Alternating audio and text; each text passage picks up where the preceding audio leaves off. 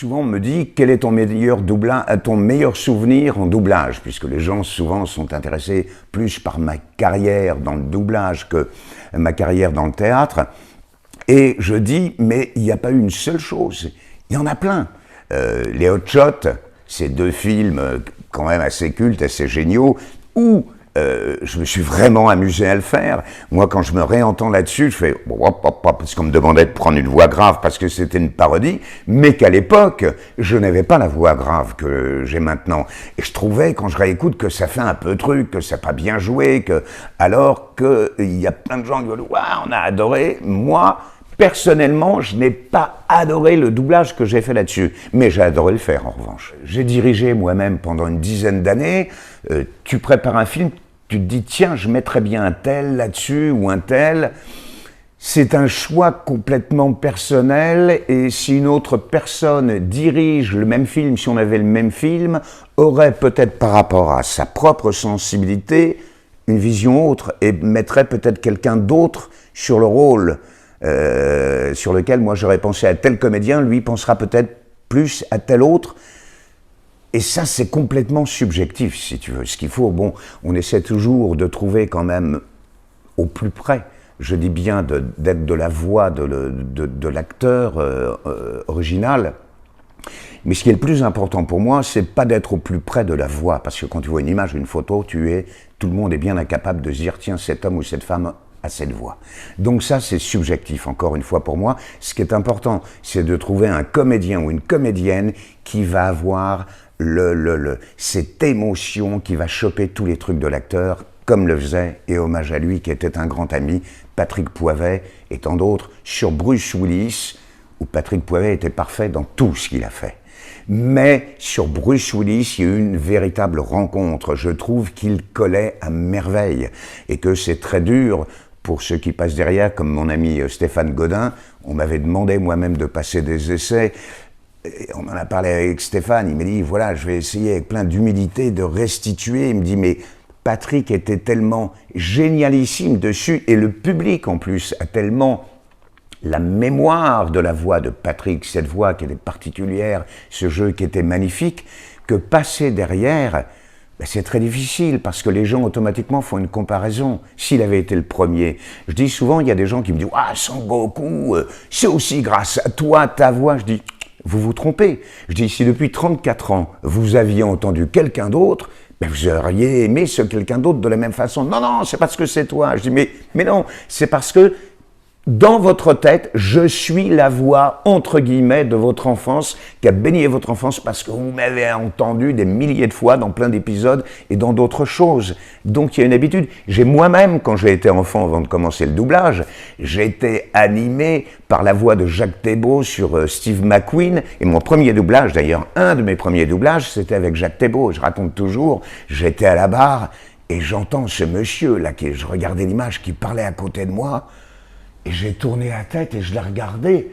Pourquoi ? Parce que c'est Steve McQueen. Et quand ça a été à moi de démarrer, ben, je n'ai pas démarré. Il me dit, mais mon petit Patrick, c'est à vous, avec beaucoup de respect. Et je lui dis, mais monsieur, je vous écoutais. Vous êtes la voix de Steve McQueen. Et je me souviens toujours, j'avais 10 ans, il m'a pris dans ses bras, il m'a embrassé. Et après, Jacques est devenu un ami jusqu'à la fin de ses jours, quoi. Et puis, ces vieux de la vieille, ces grands du doublage de l'époque jusqu'à l'époque, quand j'ai commencé le doublage, on était 500 peut-être, maximum, moi et d'autres copains qui ont commencé dans ces années-là, voilà, qu'on était très peu, alors que maintenant on doit être peut-être 4-5 000. Île de Ré TV, l'actualité rétaise. Mon père, qui était réalisateur de dessins animés, avait inventé une machine qui s'appelait, enfin, pas lui, un ami à lui, Jean Dejoux, avait inventé une machine qui s'appelait l'animographe.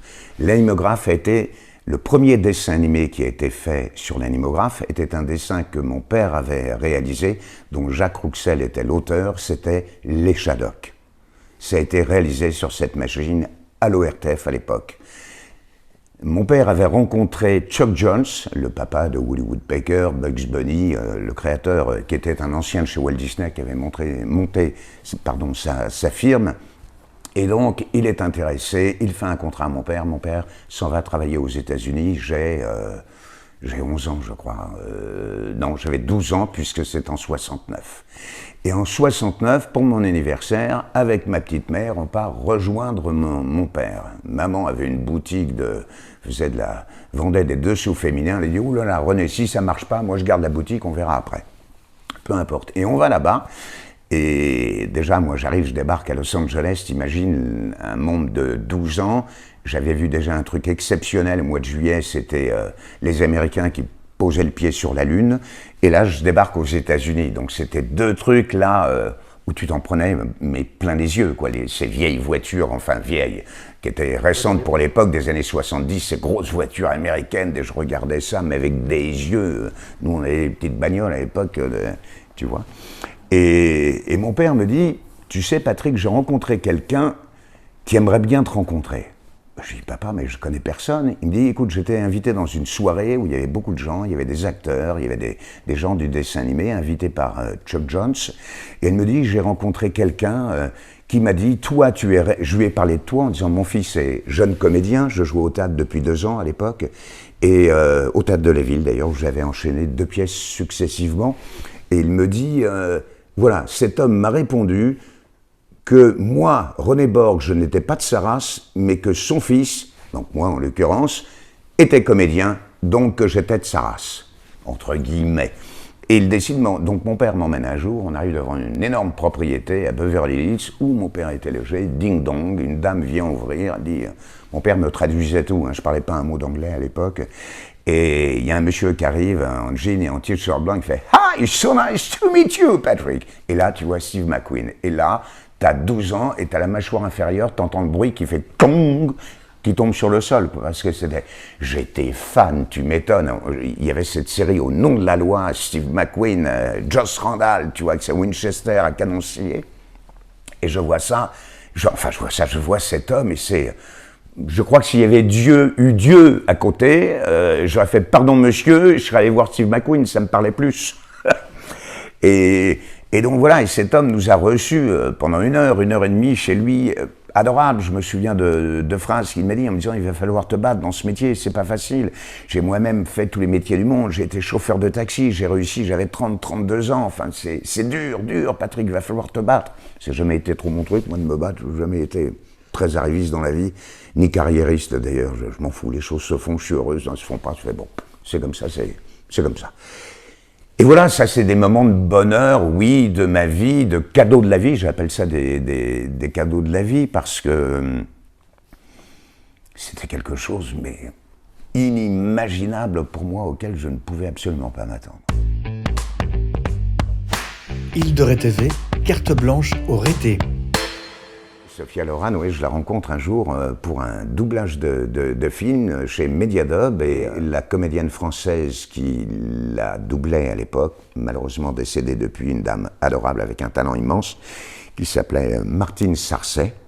Et j'arrive dans ce studio, moi, un peu en retard, parce je bossais dans un autre studio le matin, donc un peu de retard, et j'arrive, je marche sur les pieds de quelqu'un, j'entends « ouch » comme ça, je fais « pardon », et le directeur assis, « vas-y, Patrick, on est à la bourre », je regarde l'image, le truc, je fais « je peux la revoir une deuxième fois », je regarde, je fais « bon, d'accord, on y va », je sens une présence qui arrive à côté de moi, et je me retourne pour faire la bise à Martine Sarcey, la comédienne française, qui doublait toujours Sophia Loren.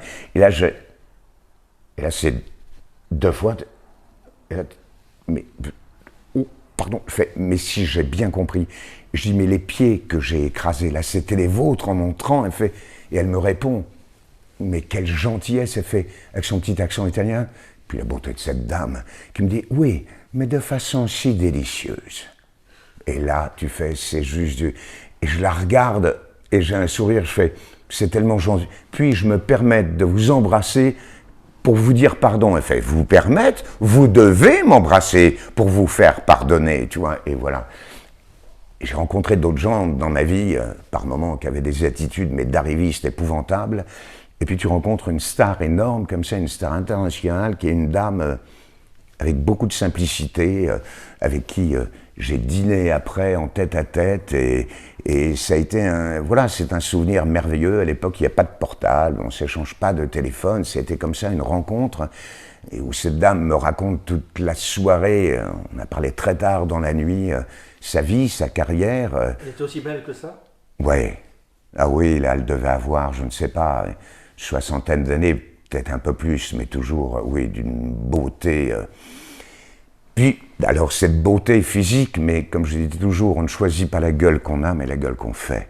Mais la gueule qu'elle faisait, ce qu'elle donnait, ce qu'elle offrait, la générosité, la gentillesse, et voilà, pour moi, c'est ça, les grands. Il y a d'autres grands, comme Peter Ustinov, avec qui j'ai travaillé pendant 3 semaines aussi, grand monsieur qui venait se doubler lui-même, adorable, avec beaucoup de gentillesse et surtout, énormément d'humilité.